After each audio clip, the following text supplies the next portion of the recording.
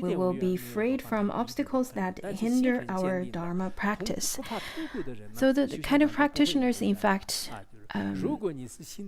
will encounter obstacles and problems, but because their mind is so courageous and so very much steady, then they will have confidence to face it.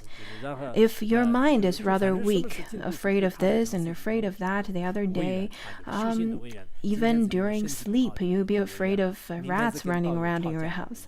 You'll be afraid of raining, afraid of thundering. You would be worried of different things, and whatever things happens in your life turns into obstacle. Today, maybe because of your illness, and tomorrow maybe because of conflicts, and day after maybe because you don't have good food, and then later maybe because of your mood, and then maybe your family issues, and so on.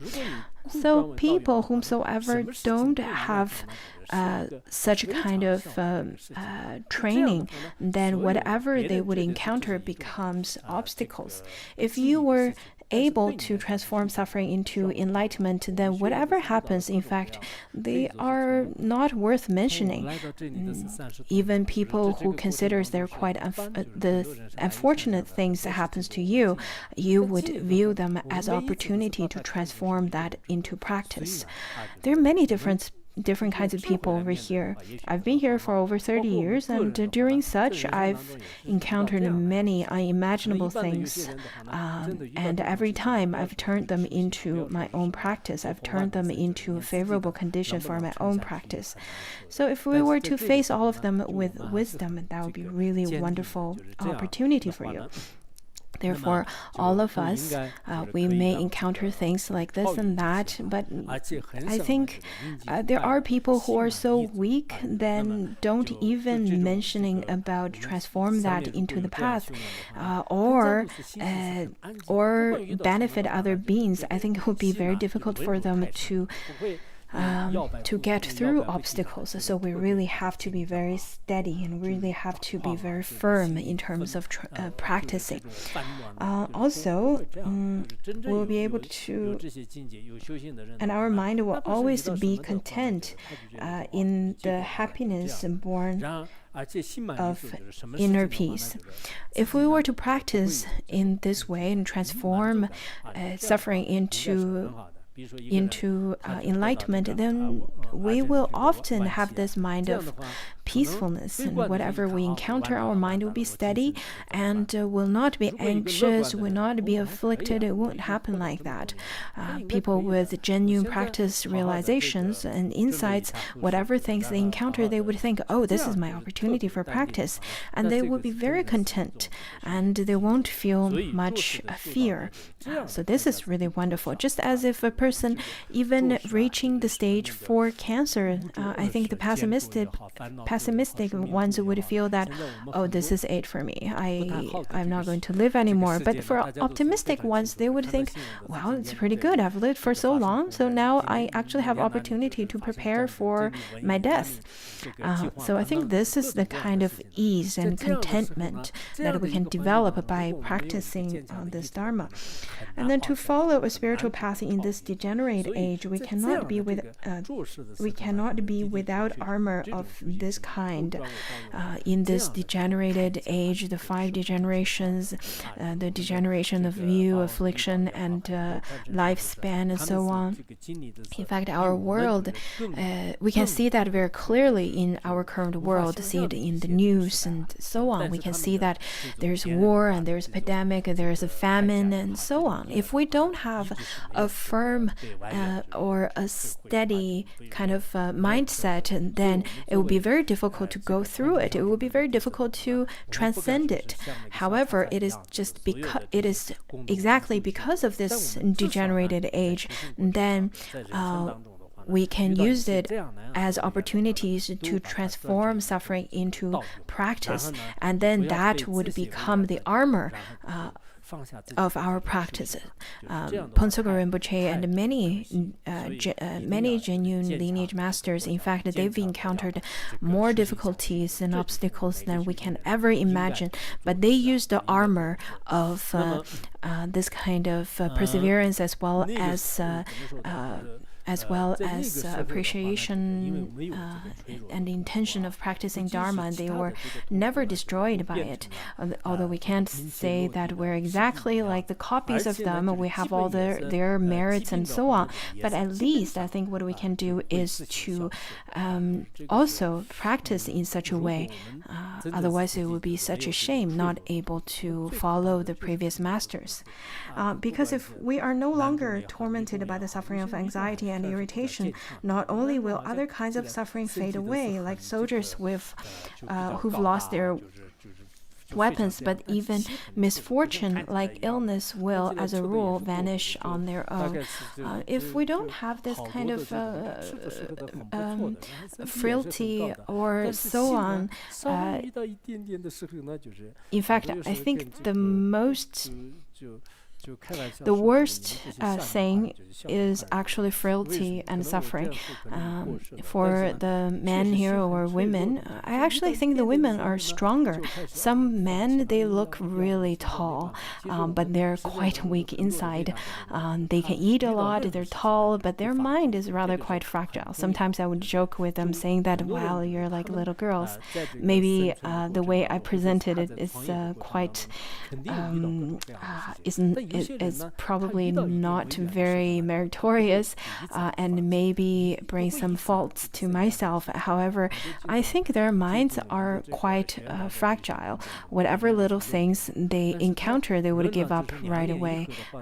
In fact, they're great people in this world. Whatever things they encounter, they won't give up so easy. During our lifetime, even if you are an entrepreneur, you meet all different kinds of things and different kinds of people. But these kind of people, they don't give up very easily and don't generate irritation very quickly. I've encountered some Kenpos, some of them who take turns to be on the post of managing Larungar, and after 2 years, majority of them don't really want to continue on their post or volunteer on their post anymore because they're so tired. They just want to find a quiet place to practice. There are some Kenpos at the beginning, they're full of confidence. They said that I'm going to get a bigger opportunity around Lhasa, around there, and then eventually they get really tired. And I said, well, maybe you don't have to try so hard to find bigger opportunities. How about let's work on the opportunities inside Larungar? At the beginning, they felt this is just really not satisfactory to their ambition, but eventually, after 7 or 8 years, they felt, no, I don't want to work on that anymore. I'm just too tired. So I think there are people at the beginning of their volunteer posts. They're full of enthusiasm and full of great intentions and great ideas. But slowly, after encountering some obstacles and after encountering some things, they just retrogress or they want to give up. I think it also applies to our Dharma studies. At the beginning, I thought, what's the point of going out on a summer field trip? There's no time for it. We have to practice and contemplate upon time, and life is impermanent. This is how I understood. In fact, during Ponsokgo Rinpoche's time, we don't really spend that much time on summer field trip. It's just very short few days. But now I feel, even though I felt at the time it was just too long and too much waste of a time, what's so fun about summer field trip? But afterwards, I think our minds would change after time. It means that In fact, a frail mind, let it be, whenever you're encountering suffering, let it be slandering or humiliation and so on. Once you encounter that, you would be completely helpless. You would have no power of fighting back anymore. Just like how soldiers would drop all their weapons on the floor and there's nothing in their hands to fight the enemies. There are people who doesn't really want to go to hospital because once they get into hospital, they would ask, so what does this number mean? Am I going to die? Do I still have hope? And there are people who have a sense of ease and saying, that's okay. If my illness cannot be cured, then I'm ready at all times to die. I think this kind of mind at ease is in fact quite important.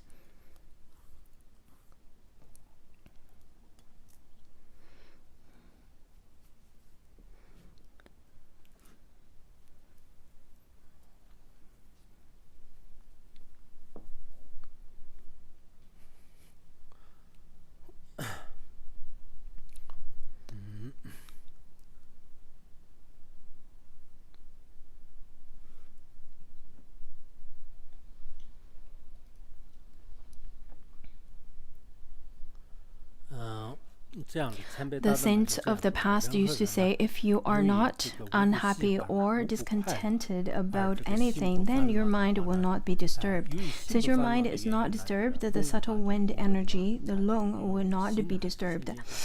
The mind means that the other elements of the body will not be disturbed either. As a result, your mind will not be disturbed, and so it goes, the wheel of constant happiness turns. So, because your lung, your wind in your body is not disturbed, then the other four elements will not be disturbed either. In fact, when we are not in a good mood, we can then watch ourselves. When we are disturbed, then we would breathe heavily, and that shows that the wind is disturbed.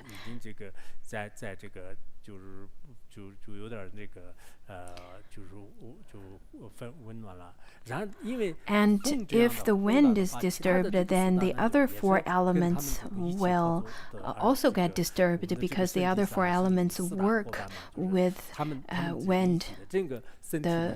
Our body is really our body has these four elements, which then makes our health decline as well.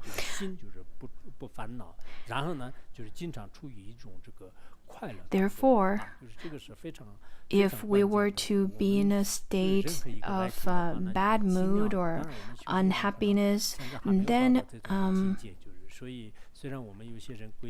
if our mind is not disturbed, then we will then in a state of health and happiness. And this is quite essential.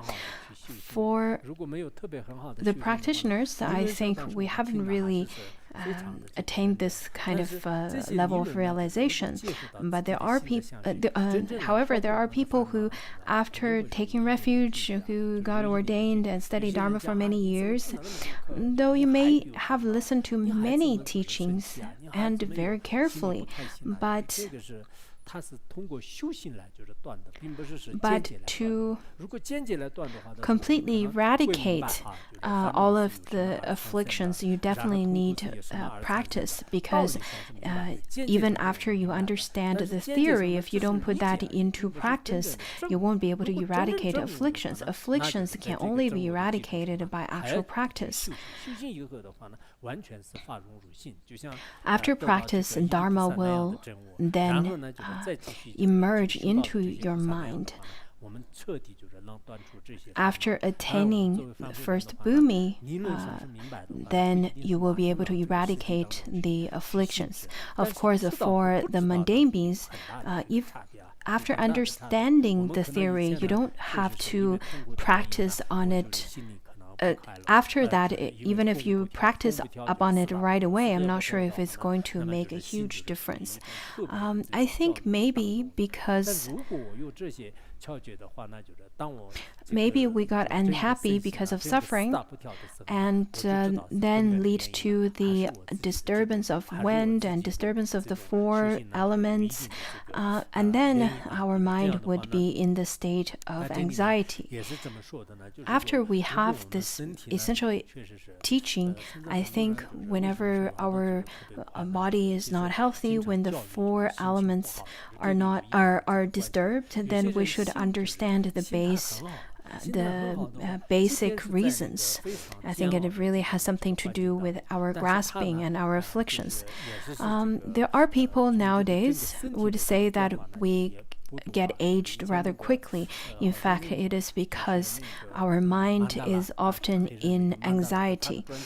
I think there are people who have a rather very positive and very good kind of mindset, and in that way, their body doesn't age that fast either. In the biography of Mandela, when he was released from prison, he noticed that the fellow inmates who got imprisoned around the similar time, their hair all turned gray. But he himself didn't. His hair were still black after he got released. People nowadays would dye their hair. But of course, in the prison, Mandela didn't have opportunity to dye his hair. There are people, however, whose hair turned gray after even a few days. So if you were to have a good mind, good mentality, then even if you were imprisoned, your hair won't turn gray. You won't get aged so easily. So our body and mind, in fact, is quite closely correlated. There are people who don't want to get aged even a bit. They would put on different kinds of cream and different kinds of different things on their face because they don't want to get aged. So they spend a lot of time on their face. But if your mind is constantly anxious, it won't work. But if you were to have a really peaceful and calm mindset, just like the practitioners in mountains, they may not eat well, they may not dress up well, but maybe on one hand it is the nourishing from the mountains. On the other is because the mind is completely immersed with the Dharma. Then the happiness will continuously to nourish this person. So this is really wonderful, and the mind will not be in a constant anxiety.